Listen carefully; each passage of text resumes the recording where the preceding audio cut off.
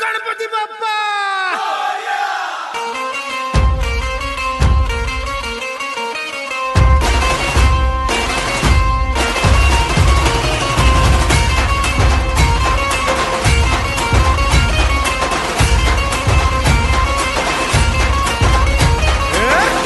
नमन करुणी वंदन इडा मांडून इडा देवाला इडा गावाला इडा पाटलाला इडा मंडळीला